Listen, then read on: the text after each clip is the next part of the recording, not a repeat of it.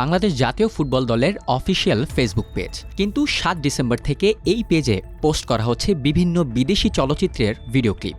বাংলাদেশ জাতীয় ফুটবল দলের সঙ্গে সংশ্লিষ্টতা নেই এমন ৭টি পোস্ট রয়েছে এতে, যা নিয়ে প্রশ্ন উঠেছে ফলোয়ারদের মনে।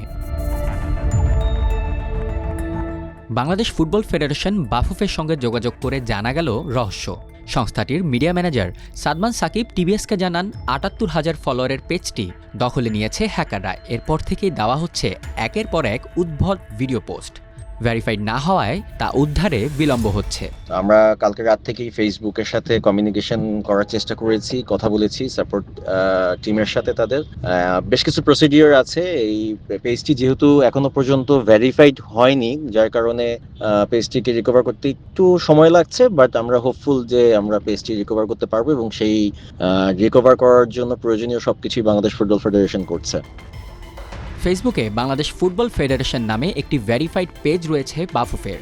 পাশাপাশি বাংলাদেশ ন্যাশনাল ফুটবল টিম নামের আরেকটি অফিসিয়াল পেজে দেশের ফুটবল সংক্রান্ত যাবতীয় তথ্য দেয় সংস্থাটির মিডিয়া বিভাগ। এর মাধ্যমেই পুরুষ ও নারী দুই জাতীয় ফুটবল দলের খোঁজ খবর সহজেই পাচ্ছেন ফলোয়াররা।